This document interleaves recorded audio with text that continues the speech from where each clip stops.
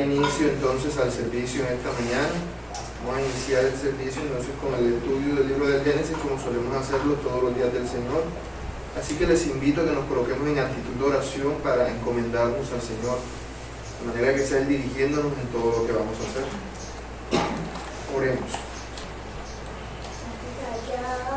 Bendito Dios, Padre bueno, gracias te damos por tu infinita misericordia para con nosotros.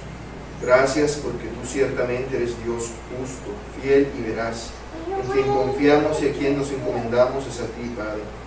Venimos delante de ti con un corazón humilde y sencillo, reconociendo nuestra necesidad de ti, reconociendo que tú eres Dios, Dios todopoderoso, de quien dependemos y a quien nos encomendamos.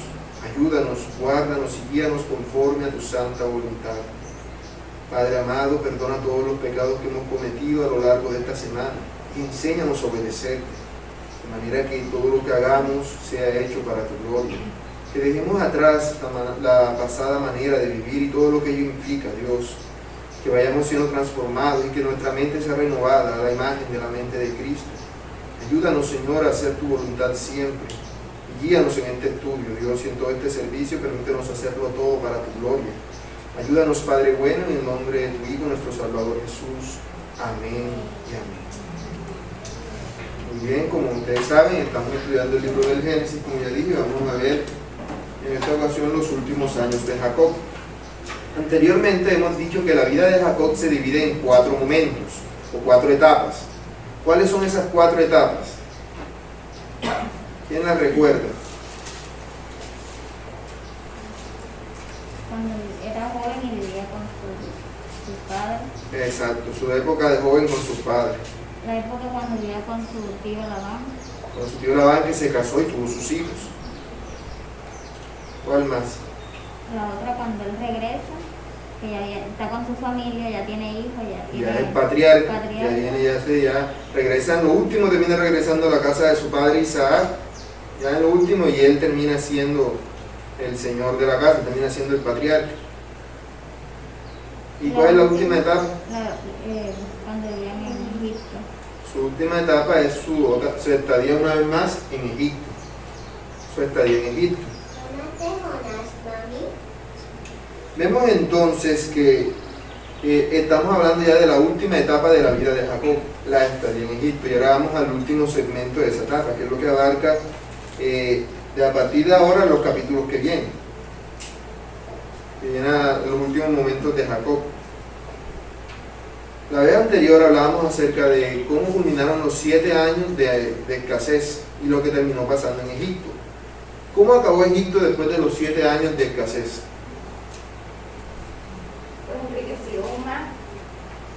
Pues Enriquecido más el faraón. el faraón, exacto. Porque Cierto. se quedó con todas las propiedades de todas las De los personas egipcios. por la hambruna común. Exacto. Vemos que todo el sistema que había en Egipto básicamente se destruyó y el faraón quedó como absoluto señor de todo, dueño de todo. José, ¿qué hizo para volver a cultivar en Egipto, para que otra vez hubiera alimento en Egipto? ¿Qué tuvo que hacer José? Las personas no tuvieron que dirigir a otro lugar, que él lo reubicó a otro lugar, a la parte de la ciudad, y dejó libre pues, lo que es la tierra para el cultivo. Para el cultivo, cierto. ¿A su familia la dejó dónde? En la tierra de Gosén, cierto. En la tierra de Gosén, hablamos más específicamente en la sección de Rameses, pero en la tierra de Gosén, porque toda la tierra de Gosén era de ellos. ¿No? Como no eran tanta gente para llenar toda la tierra, entraron en esa sección, pero ya con el paso del tiempo, toda la región de Gosén terminó siendo de ellos. O sea, ya era de ellos en propiedad, pero terminaron llenando, expandiéndose por toda la región del Gosén. Vemos entonces que José enriqueció al faraón. José hizo su deber totalmente, veló por su familia y veló por su pueblo, por Egipto. En ese momento Egipto era su pueblo, porque él era el máximo dirigente de Egipto. Él era el máximo dirigente de Egipto. Después, solo Faraón era mayor que él. Fuera de Faraón, él era la máxima autoridad en Egipto, y ese era su pueblo en ese momento. Muy bien, en ese contexto es que nos coloca este pasaje, así que vamos a leerlo, por favor, versículos del 27 al 31 de Génesis 47.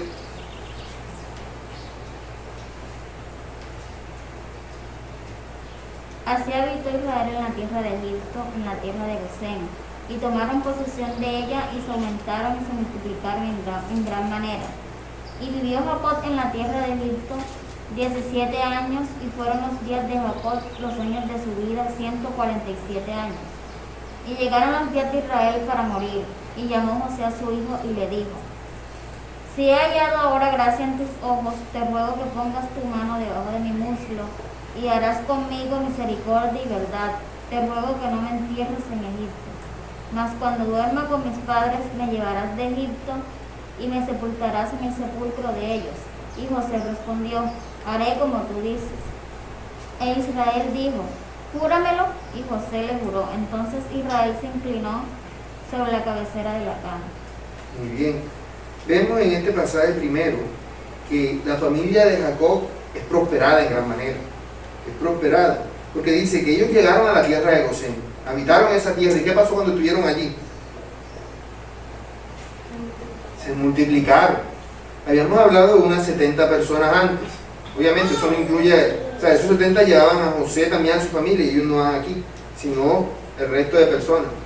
No, 60 y tantos. Se multiplicaron en gran manera. No dice que se multiplicaron solamente, en gran manera.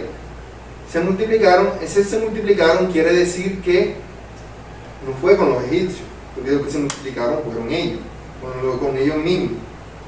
No fue que si alguno se juntaba con algún egipcio, lo más probable era que ésta viniera al pueblo de ellos y terminara siendo uno de ellos, no al revés.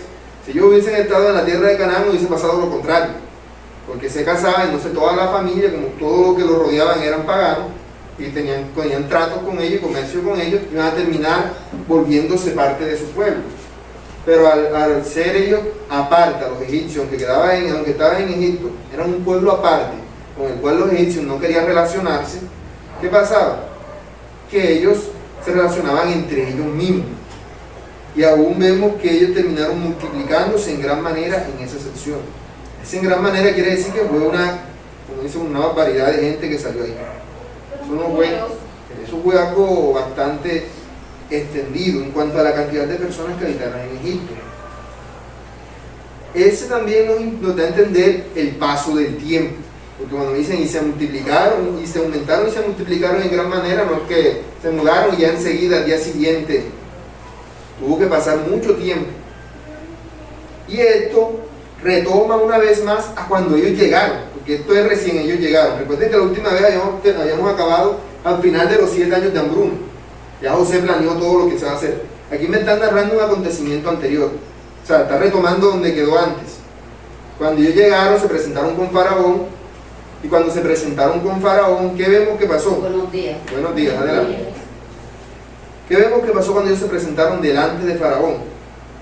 Faraón les dio el visto bueno y se quedaron a vivir. O sea, está narrando lo que pasó después de eso. Cuando ellos se presentaron delante de Faraón,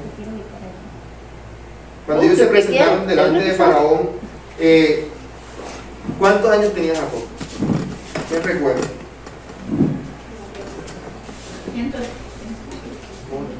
Sé que era, Reina, yo digo que eran muy pocos. tienes que parar. Ah, mira. Eran 130 años. 130 años, ¿cierto? Creo. 130 años. Esa es la edad que tenía Jacob en ese momento, cuando ellos llegaron a la tierra de Gosén y se tomaron posesión de ella y se aumentaron y se multiplicaron en gran manera. Ahora vemos que se nos dicen que han pasado ¿cuánto? 17 años, ¿cierto? Eso nos da a entender que Jacob llegó a tener 147 años, que es la cifra que nos está dando allí. Es decir, nos están hablando de toda la multiplicación esa que se nos está diciendo allí. Pasaron 17 años. Eso incluye los 5 años que faltaban de hambruna más el tiempo posterior. Todo lo que teníamos de los linajes de los hijos de Jacob, no sabemos cómo se mantuvo. Ahí en el momento, hasta el momento no sabemos. O sea, si se mantuvieron o si los que se multiplicaron fueron los nietos, o si alguno de los hijos de Jacob tuvo más hijos. Hasta el momento no sabemos. En el capítulo que sigue solo se nos habla de que se nos da a entender de que José tuvo más hijos. Eso dice que se da a entender en el capítulo que sigue, pero eso lo veremos ahora. Pero el hecho de que se multiplicaran, lo más probable es que no hayan sido solamente los nietos, sino que también es probable que los hijos también hayan tenido más hijos. Porque la lista, el registro que se nos dio antes es el registro de cuando ellos dejaron la tierra de Canaán. Hablábamos de 70 personas. Ahora, vemos que Jacob es un hombre que está en sus últimos momentos, es un hombre mayor. Tiene 147 años. Esos 147 años, esos 17 años que pasaron, no fueron en vano. ¿Cómo era Jacob antes de su venida a la tierra de Egipto? ¿Cómo era Jacob?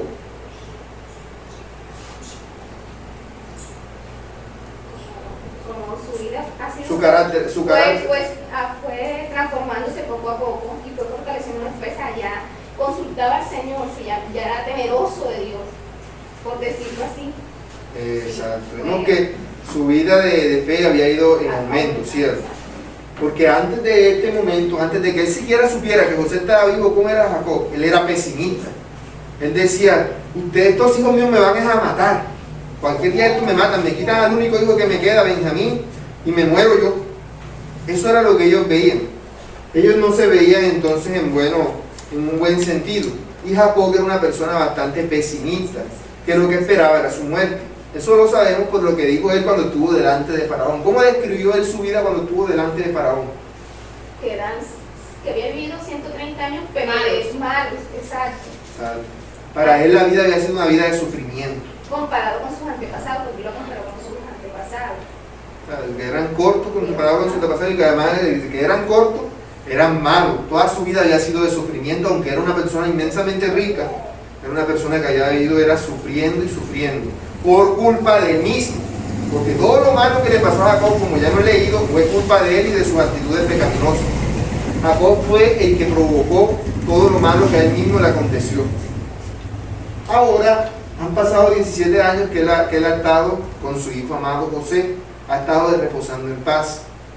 Si Jacob ya estaba empezando a cambiar su perspectiva cuando dejó la tierra de Canaán para irse a Egipto, en todo este tiempo, tomando en cuenta lo que ha pasado, ¿qué podemos suponer? Que su vida de su relación con Dios tuvo que ser todavía mejor para este punto. Tuvo que ser todavía mejor para este punto. ¿Cómo podemos nosotros ver esto?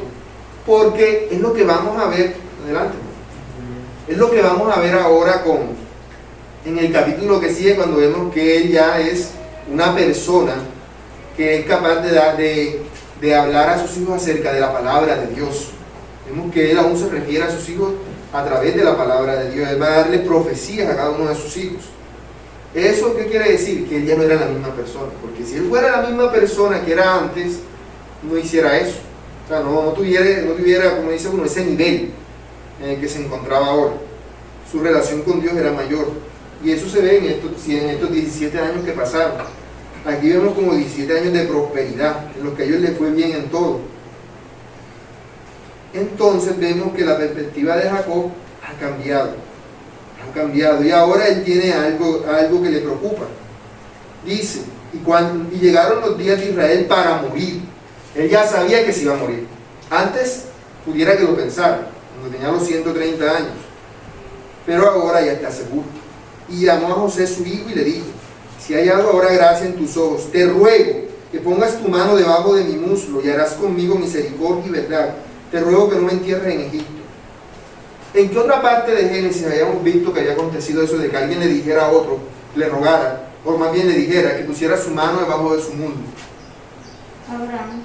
¿Con quién? Con No, con Isaac no. Con Eliezer. Exacto, porque él le dijo, júrame que no me vas a buscar para mi hijo una esposa de que no que sea de esta tierra, sino de mi familia y de mi parentela, porque no quería que su hijo se mezclara con las cananeas para que no se contaminara y se perdiera la fe en el Dios verdadero. Eso él lo quería evitar. Entonces vemos que poner la mano debajo del muslo, ¿qué significa? Es un juramento que se está haciendo, es un juramento solemne. Eso está en la cultura de ellos. No es que nosotros ahora cada vez que vamos a hacer juramento, no, ponme la mano debajo del muslo, júramelo. No, eso hacía parte de la cultura de ellos. Eso vemos que la Biblia en ninguna parte se nos está diciendo que ellos tenían que hacer eso para jurar, pero vemos que cada vez que juraban lo hacían, o sea que eso era parte de su cultura. Ellos juramentaban de esa forma. era algo muy importante. Y el hecho de que él le ruega a José esto, da a entenderle que su perspectiva del mundo ha cambiado. Su forma de ver el mundo ha cambiado. Ahora él le preocupa no estar en la tierra prometida. Antes él dudaba, antes él sabía que esa era su tierra y aun cuando dejó la tierra de Canaán tuvo que pedirle a Dios, Dios le dio visto bueno. Pero él sabe que la tierra del pacto, la tierra prometida a sus antepasados, no era Egipto, era la tierra de Canaán.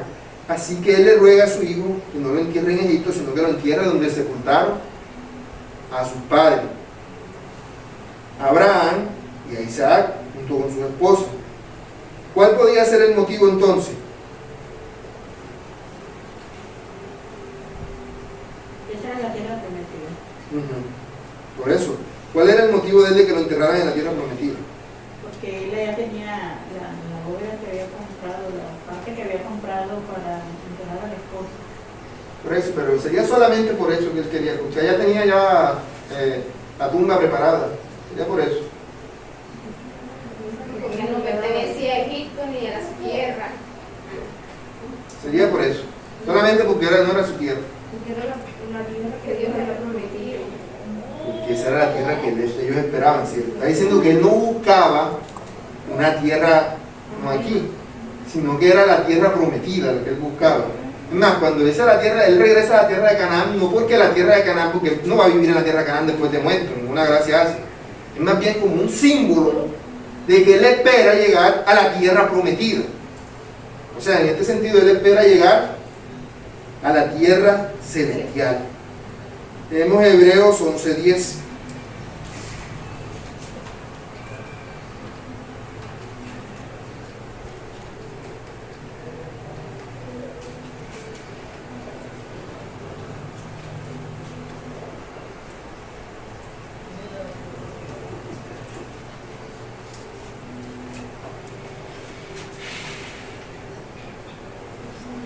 Porque esperaba la ciudad que tiene fundamento, cuyo arquitecto y constructor es Dios. Exacto. Del 14. Porque los que esto dicen claramente dan a entender que usan una parte. Exacto.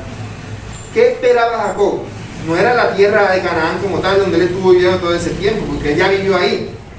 Él esperaba la tierra que Dios le había prometido.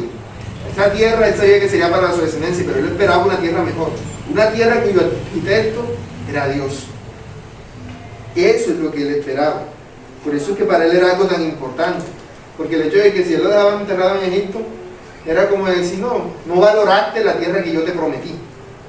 Entonces el querer ser enterrado, aunque aún sus huesos reposen allá, era símbolo de lo que a él le interesaba. Lo que a él le interesaba eso, de que él estaba actuando por fe. Él estaba actuando por fe. Y por eso vemos que José le dice, haré como tú dices. Como si yo te hago caso. Pero a Jacob insiste. E Israel dijo, júramelo. Y José le juró. O sea, no le bastó la palabra de José, su hijo amado, a quien tanto le había cuidado y tanto le había querido. No era algo que él debía tomarse a la ligera. Dijo, no es algo que debes tomar a la ligera. Júrame que lo vas a hacer. A mí no me vas a dejar enterrado acá. Debes enterrarme allá. Debes enterrarme allá. Porque esa tierra es símbolo de la tierra que me espera. Es símbolo de la tierra venidera, de la tierra prometida, de la patria celestial. Es símbolo de la patria celestial. Entonces, viendo esto, podemos darnos cuenta de que eso que Jacob esperaba, ¿qué es? Lo mismo que esperamos todos los creyentes.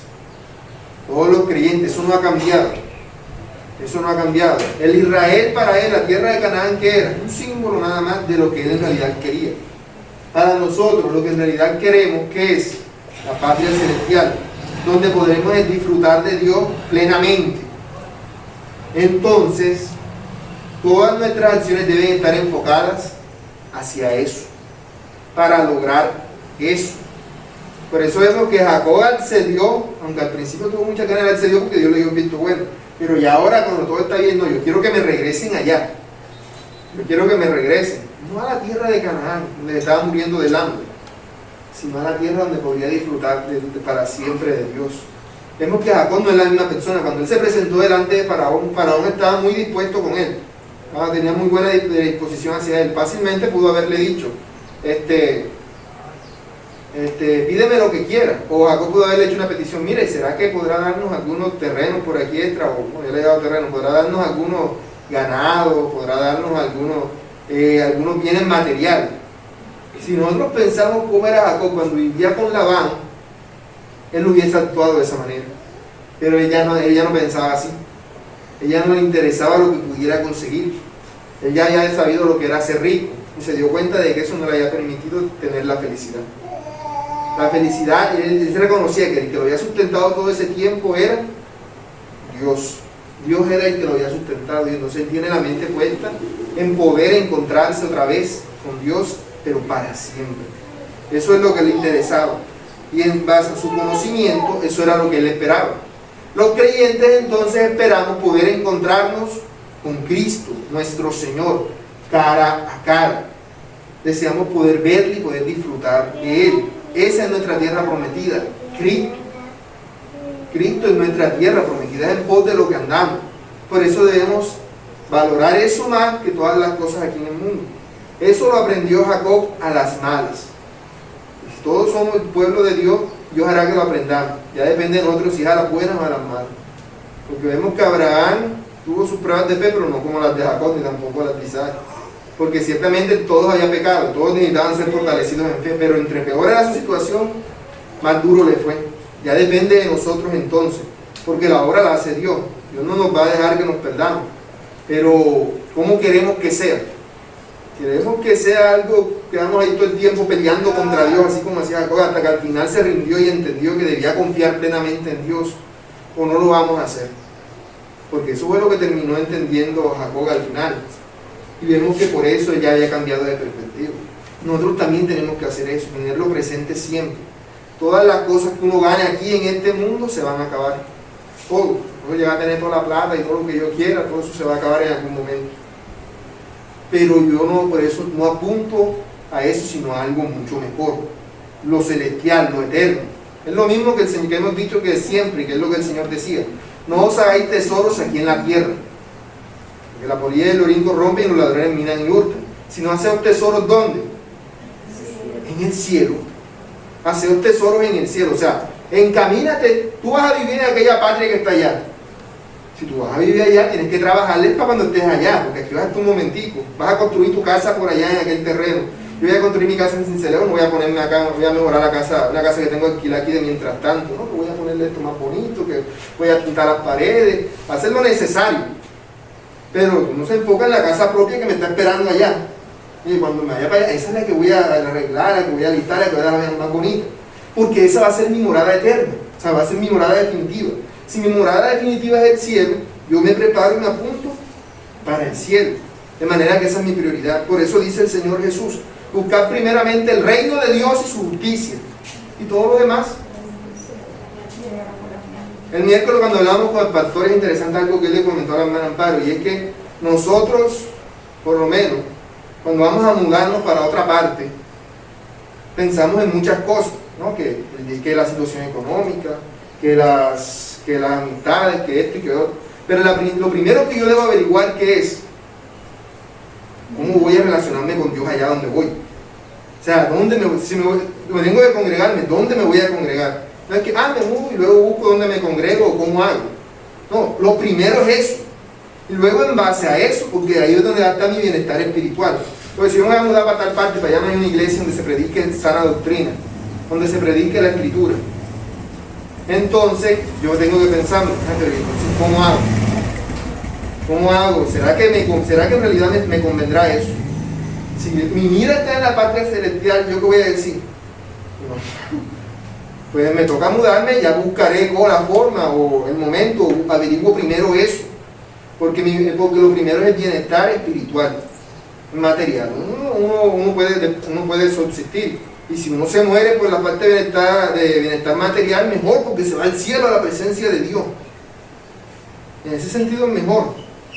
Por eso es primero que el reino de Dios, primero Dios. Eso lo aprendió Jacob a las malas. No hagamos así también nosotros. No esperemos que tengamos que aprenderlo a las malas. Porque entonces vamos a decir como Jacob, que mis días han sido malos. No, sino que podamos decir que nuestros días han sido dichosos y alegres, porque desde muy temprano hemos andado en los caminos del Señor. Que podamos decir de esa forma. Muy bien, vamos a continuar entonces con el capítulo 48. Capítulo 48, los primeros 10 versículos. Quien lo tenga puede leer.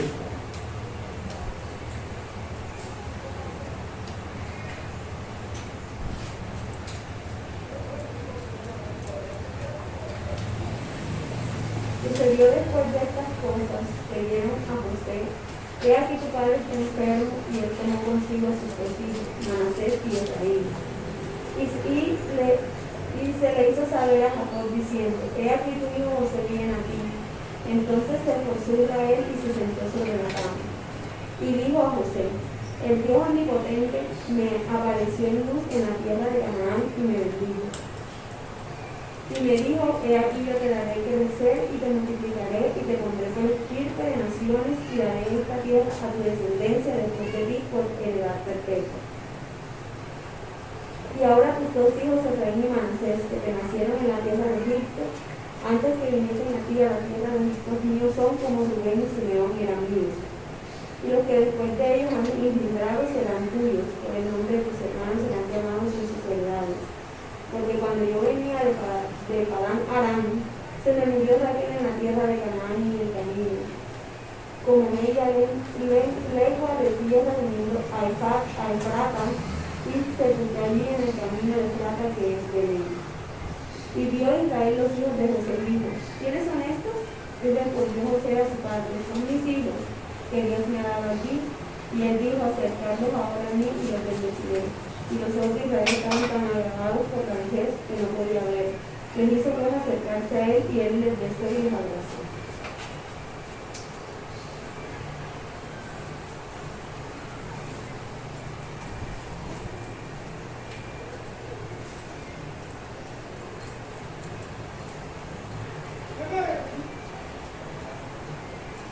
Muy bien. Muy bien, entramos al capítulo 48. Este capítulo continúa directamente en la última página en lo que quedamos ahora mismo, final del 47. Jacob está en sus últimos años de vida, ¿cierto? Jacob se encuentra en los últimos años de vida, está al borde de la muerte.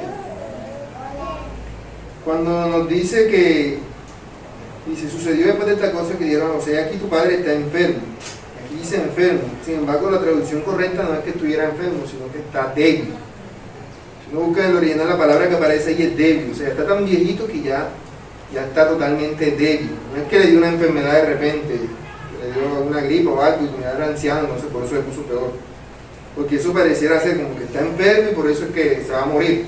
No, es que él ya estaba débil, estaba en sus últimos momentos, por eso él sabía que se iba a morir ya, porque él sentía que la vida se le estaba yendo de las manos, sentía que la vida se le iba. Y vemos que José entonces va a ver a su padre. José va a ir a ver a su padre.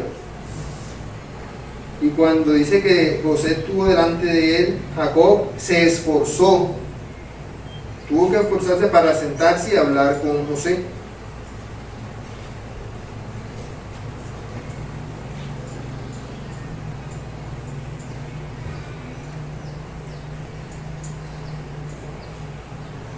¿Qué era lo que más le importaba entonces en ese momento dejarle Jacob a José? Bendecir a sus hijos, la bendición. Si lo más importante para él eran los tesoros espirituales y no los tesoros materiales, ¿qué era lo que él quería dejarle a su descendencia? Los tesoros espirituales que él había recibido, porque esa era su perspectiva, lo que más le importaba. Es decir, ¿qué de plata podía dejarle a los hijos de José si eran los príncipes de José? O sea, eran príncipes de Egipto.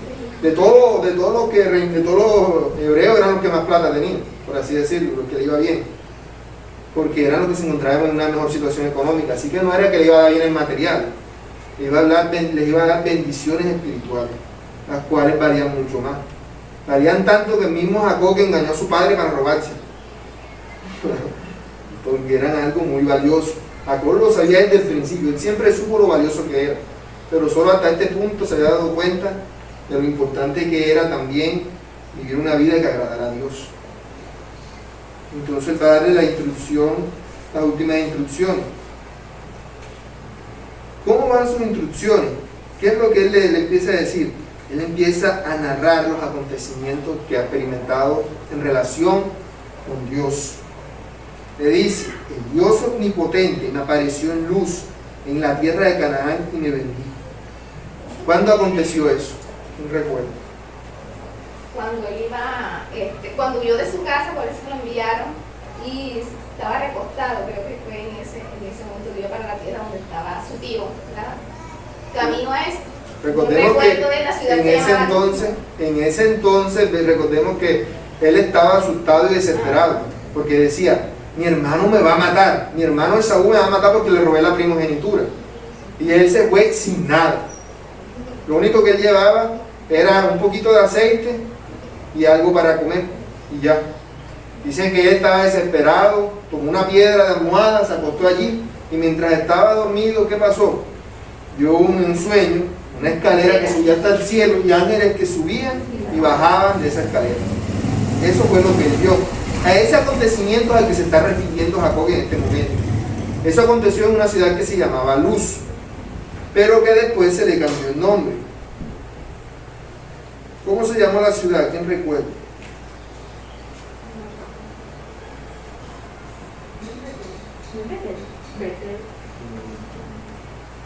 Betel, ¿cierto?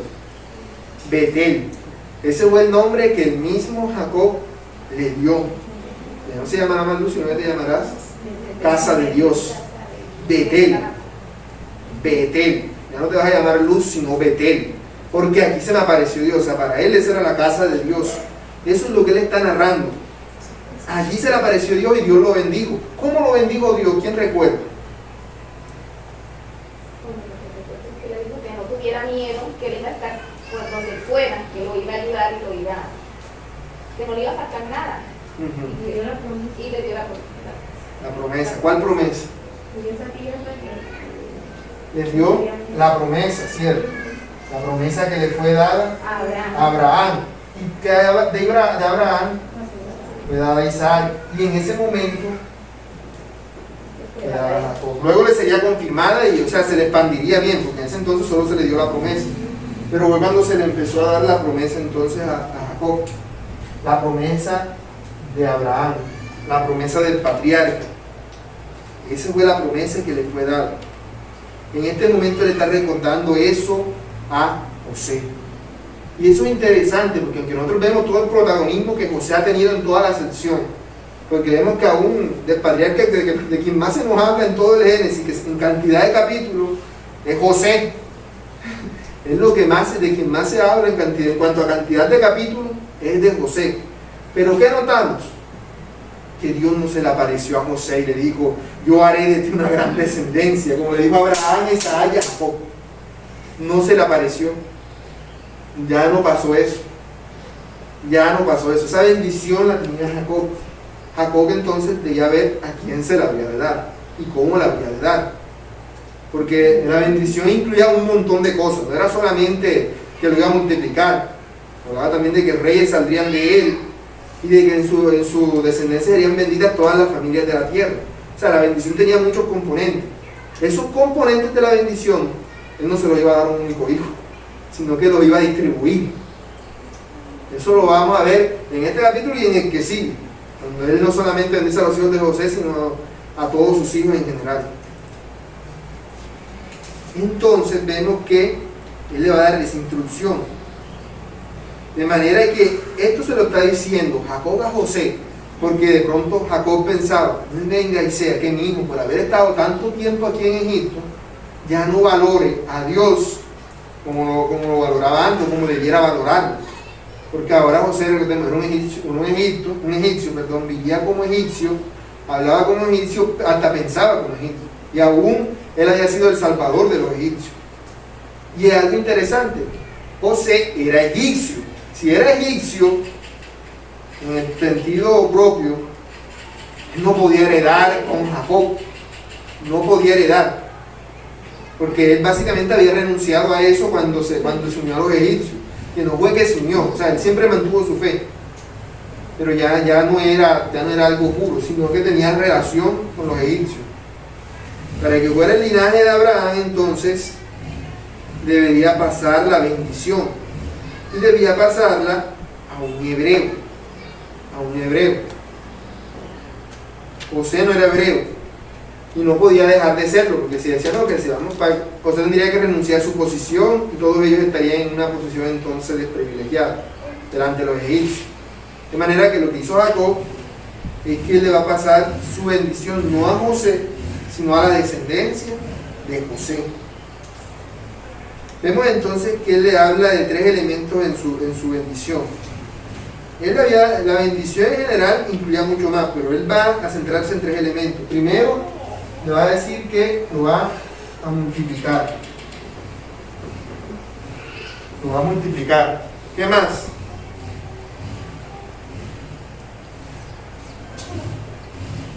También, no solamente sería mucho, sino que además, vamos a poner mejor la palabra, aparece en la Biblia. Eso aparece en el versículo 4. Lo multiplicará. Eso, estirpe. Él sería la estirpe de las naciones. Y por último, que le daría una heredad perpetua.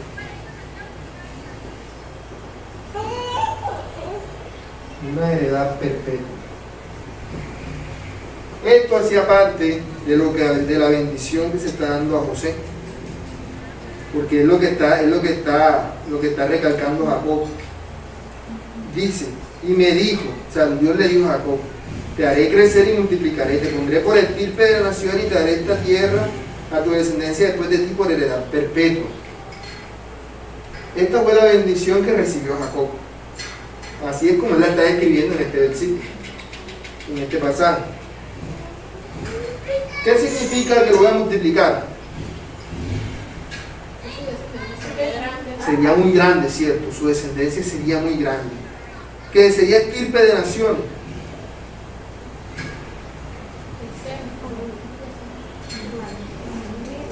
Que muchas naciones vendrían de él. O sea, que no sería que un solo pueblo iba a crecer grandotote, sino que iban a crecer muchos pueblos de él. Varios pueblos. Un estirpe, una raíz, un linaje, una raza. A eso es a lo que se refiere. Y que la tierra sería por heredad perpetua. Al decirle la bendición que él recibió a José, le está diciendo, José, ¿qué es lo más importante? ¿Lo que tú tienes o esto que Dios me dio? Le puede estar reconociendo. Cuando está diciendo eso, está diciendo, esto es lo más importante que yo tengo, lo que Dios me ha dado, la promesa en la que yo creo por fe. Esto es lo que debes valorar por sobre todo. Le está diciendo que José mire hacia el lugar correcto. No te centres en lo que tienes aquí en Egipto. No confíes en lo que somos ahora, porque José de pronto no, voy a hacer algo aquí bien para que a mi familia siempre vaya bien en Egipto. Y seamos prosperados en gran manera y nunca pase nada malo. Porque aún vemos que más adelante pasaría precisamente lo contrario. Por irse a Egipto, ellos se multiplicarían tanto y los egipcios les tendrían miedo y los esclavizarían. Que es lo que pasa en el libro del Éxodo. Entonces no debía confiar en ese tipo de cosas, sino que debía confiar en Dios. Y como ya había dicho, él no podía poner esa bendición directamente en José, sino que para que el linaje de José se perpetuara, ¿en quién se le iba a dar? En los 2 hijos. Los 2 hijos de José, que son Efraín.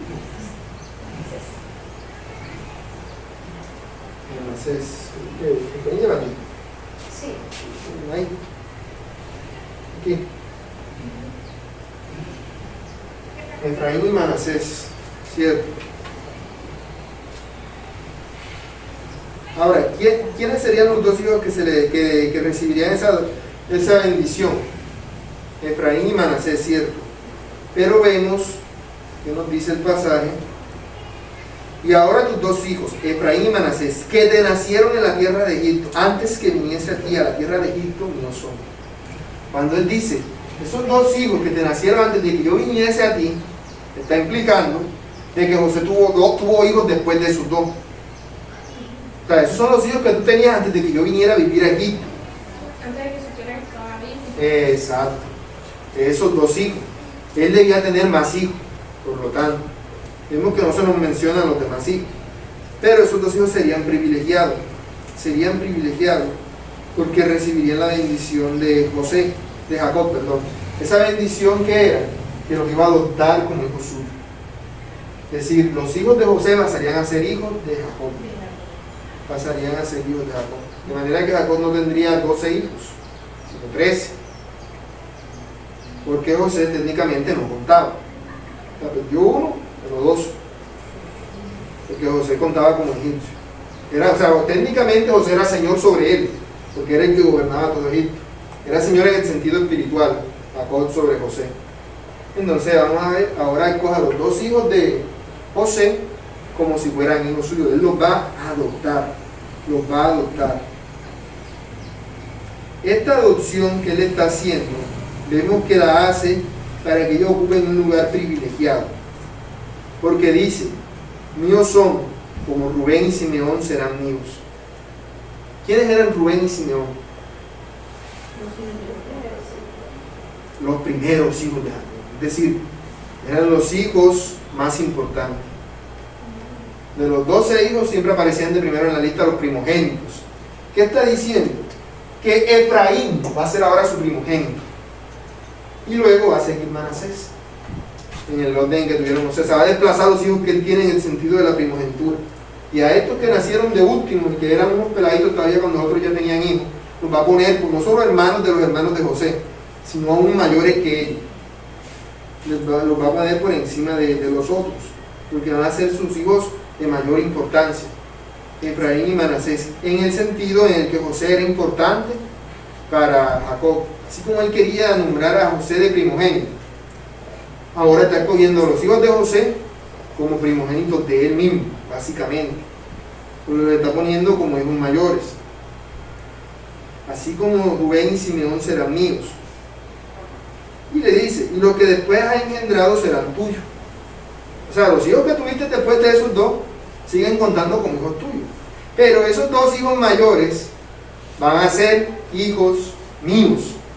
Van a ser parte del linaje de Israel. Ahora, ¿por qué está haciendo eso? ¿Por qué está haciendo esa adopción? Para que la descendencia cayera sobre los hijos, o sea, la bendición cayera sobre los hijos de José y siguiera la descendencia. ¿Qué más? ¿Por qué no? Porque eso no sería injusto con los dos hijos mayores. Pero Con como Rubén y llamaba mucho a José y lo había encontrado, Dios se lo había otra vez devuelto, por decirlo así. Y también por el comportamiento que tuvo Rubén y Simeón, ¿cierto? Recuerden que mató casi todos ellos 2 pues asesinaron. Simeón. Exacto, Simeón y Leví. ¿verdad? Perdón. O sea, segundo y tercero. Exacto. Estamos hablando de primero y segundo. Simeón fue calificado porque masacró una ciudad entera. Exacto. Mató un montón de gente inocente, Porque se basándose. acostó con la Se acostó con la esposa de su padre, con la madre de sus hermanos. No era su propia madre, pero sí con la madre de sus hermanos. Se acostó con la criada de Raquel. Se acostó, entonces lo que él hizo fue algo deshonroso. Tan deshonroso que aun cuando él dale la bendición, él hará mención de eso. O sea, él va a Jacob, no es que, porque si no Jacob sería injusto. ¿Cómo así que como quieren más a José, entonces le vas a quitar la bendición de la primogenitura? Y más porque él mismo robó la bendición de su hermano en su mente, así fue como él actuó. Claro, eso yo ya lo tenía así preparado de antemano. Pero bajo su actuar, él técnicamente robó la bendición que correspondía al primogénito de Saúl. Además, al hacer esto, ¿qué aconteció? Que así, estos hijos, si contarían como hijos de él, ¿quién contaría como su madre? Raquel. Es decir, Raquel, ¿cuántos hijos le dio a Jacob? 2. José y Benjamín. Bueno, ahora le dio 4: José, Benjamín, Efraín y Manasés. Eso es lo que está haciendo. Está aumentando los hijos que él tuvo con Raquel, su esposa amada. Porque cuando yo venía de Padán Aram, se me murió Raquel en la tierra de Canaán, en el camino como media legua de tierra viniendo de Efrata, y la sepulté en el campo que es Belén. Y ahora vemos que cuando él hace eso, Dice que él vio a los hijos de José y dijo, ¿quiénes son estos? ¿Por qué? Porque, o sea, él no conocía a los nietos de él. ¿Por qué dice que quiénes son estos? Porque ya no veía bien. Ya no veía bien. Recordemos qué hizo él cuando su padre no veía bien. Ay, lo engañó. Es que el ladrón tiene miedo que lo roben. Lo engañó. Así como él engañó a su padre cuando su padre no veía bien, primero que dice, ¿quiénes son estos? Y respondió José a su padre, son mis hijos que Dios me ha dado aquí. Y él dijo, acércalos ahora a mí y los bendeciré.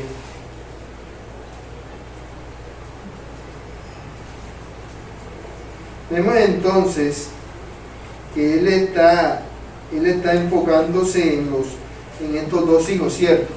Y les va a dar la bendición. Les va a dar la bendición que él quiere darle de esta que le pertenece. La bendición de él es esta. Él debe darla entonces a quien él considere. Pero esa bendición, como tiene tantos hijos, no se las va a dar todas a un solo hijo, sino que la va a distribuir. Él va a distribuir la bendición entre sus hijos. Por eso vemos que aunque Efraín y Manasés ciertamente recibieron esta parte de la promesa, no la recibieron toda. Recibieron la multiplicación. Ellos recibían la multiplicación. Dice, y los ojos, voy a leer este último versículo, y los ojos de Israel estaban tan agravados por la vejez que no podían ver, les hizo pues acercarse a él y les besó y les abrazó. Es decir, se enfocó en ellos, los vio como sus hijos amados, eran sus propios hijos, recibirían la promesa, recibirían la bendición que él quería darle a José. Esa bendición que ellos recibirían sería la de la multiplicación. Si nosotros leemos en las Escrituras, ¿cuántas tribus tenía el pueblo de Israel? ¿Cuántos hijos tenía Israel? 13. 13 ahora porque Ahora tenía 13. Efraín y Manasés y pues José por decirlo así, Sin embargo, el pueblo de Israel solamente tuvo 12 tribus. ¿Por qué? Porque a la tribu de Leví no se les dio tierra, sino que lo regaron en todo el país. O sea, en cada tribu había gente de la tribu de Leví, porque se encargarían de las cosas de Dios, de los asuntos de Dios. Serían distribuidos. Y la tribu de José, por eso el número se mantuvo en 12.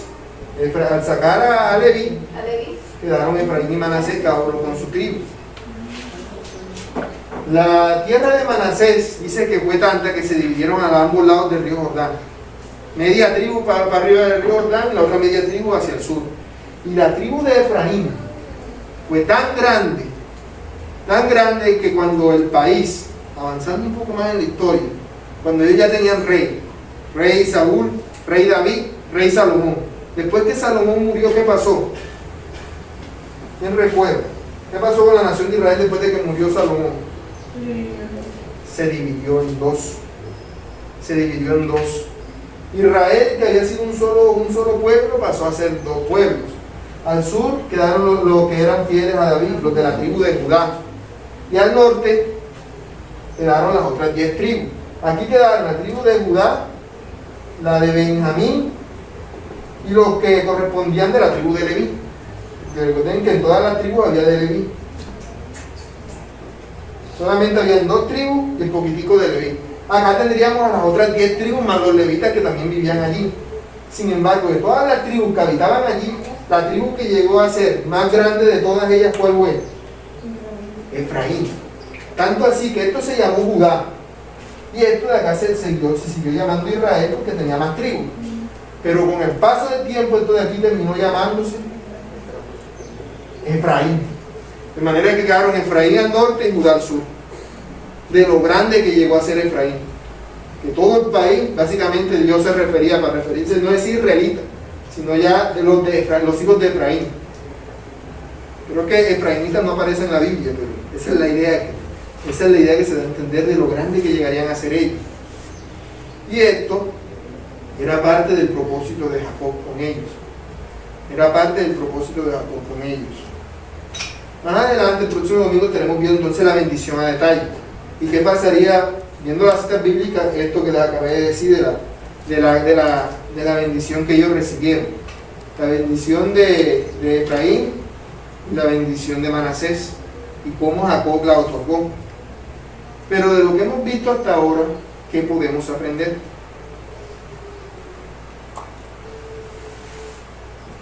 Bueno, que primero que todo que el plan de Dios va perfecto, así como se lo prometió a los patriarcas, que los bendecería en gran manera, los engrandecería y todo se estaba dando, todo a su tiempo, y los engrandeció y moldeó a Jacob.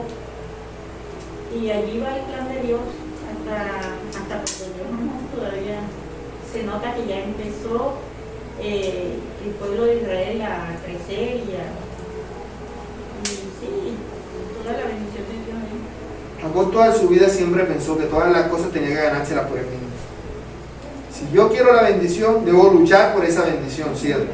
Si yo quiero tener esta mujer de esposa, debo trabajar para poder casarme con ella. Y eso es así. Pero el punto es que su foco, ¿cuál fue? Que todo lo estaba consiguiendo gracias a él, a sus fuerzas. Y precisamente por eso es que él terminó diciendo: mis días han sido pocos y malos, porque todo lo trataba de conseguir en su fuerza. Pero en estos 17 años que habían pasado, él había entendido de que todo dependía de Dios. Porque él, mirando su vida, cuando él le relata la historia a José, de todo lo que pasaba, el Dios omnipotente me bendijo y me diría que me multiplicaría, que sería triple bendición y que recibiría la tierra esa de Canaán por heredad perpetua. ¿Qué está diciendo? Que para mí lo más importante ahora, Dios, todo eso que pasó, ¿por qué lo conseguí? No porque yo lo consiguiera, sino porque Dios me lo dio. Y Dios era el que estaba haciendo que todas las cosas pasaran. Como decía la hermana Amparo, todo estaba dentro del plan de Dios, ¿cierto? Si todo está dentro del plan de Dios, quiere decir que Dios es soberano. Dios hace como Él quiere. Nadie podía impedirse. Ni siquiera, ¿cuál era el mayor impedimento ahí para que se cumpliera la promesa de Dios? Jacob. Y aún a pesar de Jacob, Dios es soberano. Y Dios hizo que lo que tenía que pasar, pasara. Aún a pesar de Él. Y ese es el descanso que nosotros tenemos. Que Dios es soberano. Dios es soberano. Aún a pesar de nosotros mismos, Dios tiene el control de todo. Hay gente que cuando ahora dice: Dios toma el control de esto, pero es que Dios ya tiene el control de todas las cosas. Nada acontece sin el designio de Dios. Nada. Jacob ni por ahí lo de que José pensaba que José estaba muerto, y resulta que José era el que había sacado al mundo del hambre que iba a pasar. Porque Dios estaba poniendo cada pieza en su lugar. Dios lo va moviendo. Y eso es algo tal que nosotros como creyentes vemos eso también. Porque cuando tenemos temor de Dios, ¿qué percibimos nosotros? Cómo Dios actúa. ¿Cómo actúa Dios? Por medio de su providencia. Dios ejerce su soberanía por medio de su providencia, a través de las circunstancias. Jacob está relatando: cuando yo salía de la tierra de Canaán, Dios se me apareció, me dio la bendición. Después de eso, cuando estuve en la tierra de su tío, todo le salió como él quiso, a pesar de las dificultades que tuvo, a pesar de que él lo obró mal. Porque vemos que él no todo lo que hizo mientras estuvo en Labán fue para pobre víctima. También hubo sus momentos en los que engañó a Labán y se aprovechó. Pero a pesar de eso, Dios era soberano. Y Dios en su providencia permitía que todas las cosas se dieran para como le convenían a Jacob, porque todo eso convenía a su plan. Si nosotros tenemos eso presente en nuestras vidas, ¿qué podemos decir? Que todo lo que nos sucede es porque Dios así lo permitió. Exacto. Que no hay casualidades, que las cosas suceden porque Dios las acomoda. Y si sabemos entonces eso, podemos estar tranquilos, no angustiarnos, no preocuparnos. Porque Jacob era una persona muy angustiada y cargada. Nosotros, bien. ¿Por qué? Porque no descansamos en la soberanía de Dios, ni vemos su providencia en acción. Si uno se pone a analizar su vida, se dará cuenta de que aún antes de que nosotros tuviésemos temor de Dios, ya Dios nos cuidaba. Porque su providencia estaba allí a favor de nosotros. Jacob había entendido eso ya cuando era un viejito, ya Él lo había ido entendiendo, pero no le calaba del todo, sino hasta cuando una persona que está en su último momento ve que ya, y se puede decir uno que ya lo había entendido. La pregunta es, ¿y nosotros? ¿Ya lo hemos entendido verdaderamente? Porque nos angustiamos y nos preocupamos. La verdad que es muy difícil que llegue un momento en que tenga uno al 100%, uno tenga una confianza tal en la soberanía de Dios que está al 100%. Pero debemos esforzarnos en eso. Debemos esforzarnos más. Dios, ayúdame y enséñame a descansar en ti. Porque estoy afanado y turbado por muchas cosas. El trabajo, que la familia, que esto y que aquello. Estoy angustiado y me preocupo. Me preocupo tanto que aún dejo de hacer lo que le agrada a Dios por andar preocupado por esas cosas. Entonces, a veces debiera ser al revés. Estoy más angustiado, estoy enfermo, me está yendo mal y esto. Debo acercarme más a Dios. Normalmente uno dice, no, es que no tengo tiempo. No tengo tiempo ya para orar, no tengo tiempo para estudiar la Biblia, no tengo tiempo para esto, porque estoy afanado y preocupado por tantas cosas. Y de las cosas que son pasajeras. Exacto. De las cosas que son pasajeras, porque no descansamos en la soberanía de Dios. Si uno tuviera un control total de esto, uno estuviera totalmente tranquilo. Uno supiera, no, es que si aún la ropa que yo tengo, Dios me la dio. No sé si han escuchado un relato que dice que John Wesley, el gran predicador, un día le estaba predicando. Y mientras él estaba predicando, le dijeron, no, que su casa se está quemando. ¿Y él qué hizo? Dejó mucho esto y se fue a apagar su casa. Siguió predicando. Y cuando llegó, ¿cómo encontró su casa? No le pasó nada. No, estaba totalmente quemadita. No quedó nada. ¿Y qué dijo él? La casa está quemada. Una responsabilidad menos para mí. Porque esa casa es de Dios y si Dios quiso quemarla, nada, mejor para mí. Ya no tengo que preocuparme por eso. Uno no piensa así. Porque uno se angustia y se preocupa. ¿Cómo así que se está quemando la casa y todo lo que tengo allí? Porque eso es mío. Yo tengo que hacerlo, yo tengo que esforzarme. No descanso en que Dios, bueno, si Dios me quitó esa casa, Él me dará otro lugar. No, eso es tan difícil. Porque es algo antinatural para nosotros. Por eso es que nosotros debemos esforzarnos en descansar en Dios. Y es como contradictorio, estoy diciendo, esfuérzate en descansar. Porque nos afanamos y nos turbamos por muchas cosas. Pero cuando aprendamos eso, entonces seremos como llegó a ser Jacob al final. Podremos decir entonces, ya mis días no son malos ni son... ¿sí? Ahora tengo la mirada puesta en lo eterno. Lo que tengo aquí es pasajero, temporal, efímero. Se puede acabar. Dios tiene control de todo lo demás. Porque ese es el asunto. Que aprendamos a confiar en que Dios es soberano. Dios es soberano. Y aún en lo que Jacob está haciendo con los hijos de José, Dios es soberano. Dios es soberano. Aún en lo que sigue el capítulo veremos que José quiere que Jacob haga una cosa y Jacob dice, no, es así. Es así como debo bendecirlo. Porque Dios es soberano. No es como tú dices, ni como tú quieres, ni como yo quiero, es como Dios quiere. Y eso es lo que más nos cuesta entender. A Jacob toda su vida le costó entender eso. No es como yo quiero, sino como Dios quiere. Y eso es lo que nosotros debemos reflexionar. No es como yo quiero, sino como Dios quiere. Confiar en que Dios es soberano. Por eso nuestro esfuerzo en la oración, Dios, enséñame a descansar en ti, a confiar totalmente en ti. Que no camine en mis fuerzas, porque si camino en mis fuerzas, voy a terminar, como dice uno, como dice la Escritura, dándome de cosas contra el aguijón.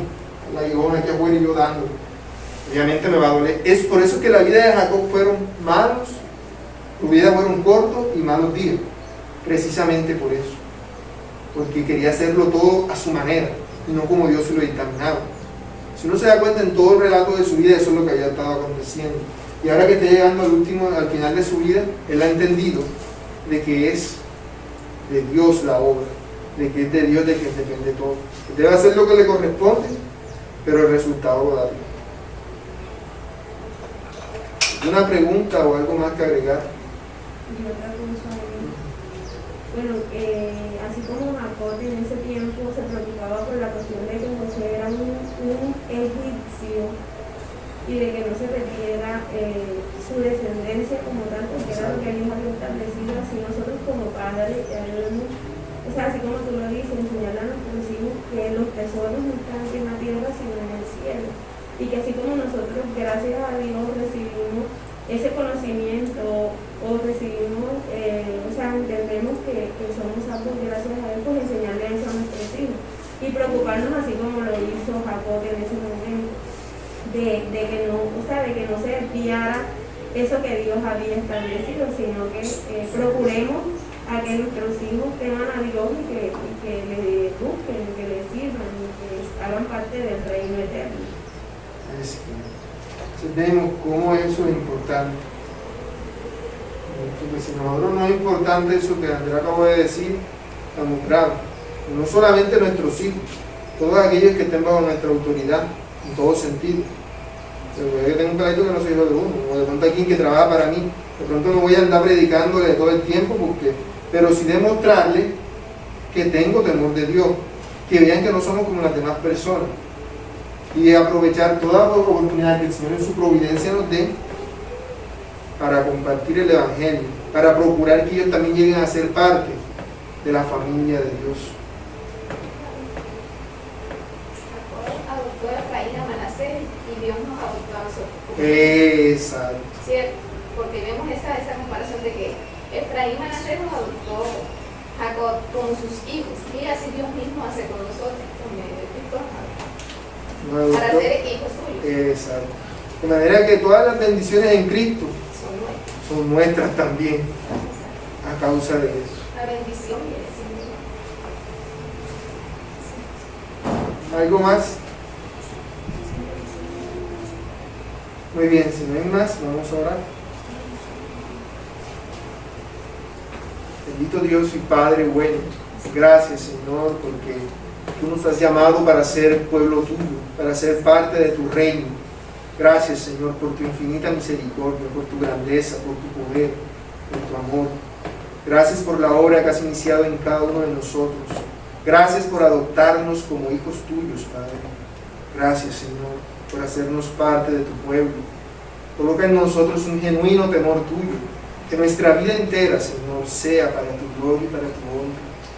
Señor, que aprendamos a reconocer de que tú tienes control de todas las cosas, de que tú eres Dios soberano, supremo, Señor sobre todas las cosas, oh Padre. Que confiemos en ti, que te reconozcamos a ti como el Señor verdadero, no como nosotros mismos, Señor, como si nosotros fuésemos más que otras personas, sino reconociéndote a ti como nuestro Señor, que tú tienes control de todas las cosas, que no nos afanemos, que no nos turbemos. Enséñanos a descansar en ti, Padre. Enséñanos a descansar en ti, que te tomemos a ti siempre presente en todas nuestras acciones, Padre amado. Que confiemos que tú tienes control de todo, aunque nosotros no veamos ese control en cómo se está ejerciendo. Aún así que confiemos que así es, porque tú nos has dicho en tu palabra que a los que aman a Dios todas las cosas les acontecen para bien. Gracias Señor por esa misericordia tan grande que tú nos has dado. Gracias Señor porque tú eres Dios fiel y justo. En ti confiamos, Padre amado. Que tu Espíritu Santo sea sobre nosotros y nos enseñes a obedecerte, a seguirte y a servirte genuinamente, porque tú eres nuestro Dios, nuestro Señor y nuestro Rey. Gracias Padre eterno. Gracias Señor nuestro. Gracias Señor, a ti nos encomendamos en el nombre de Jesucristo, tu Hijo, nuestro Señor. Amén.